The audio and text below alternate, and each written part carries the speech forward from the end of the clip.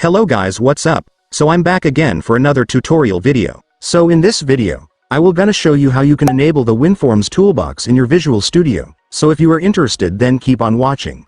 But before all that, if you are new to my channel, consider to like and subscribe for more videos like this. And also, you can comment down below if you have something that you want me to make a tutorial about. So without further ado, let's start the tutorial.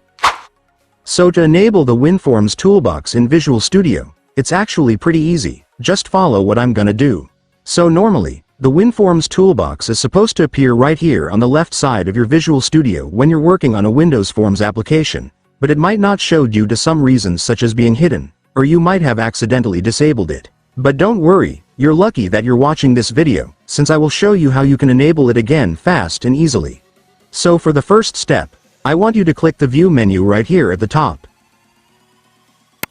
And after you click the View menu, you'll be presented with various options, but among these options, I want you to look down near the bottom, and then you will now be able to see the Toolbox option right here. Just go and click it to enable and show your WinForms Toolbox once again.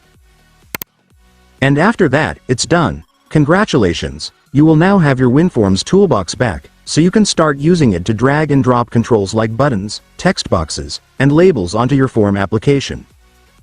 And so that's just how you do it, guys. Now that you've watched this video, you can now do it yourself. So that concludes our tutorial video for today. I hope it helped you. Thanks for watching. Goodbye.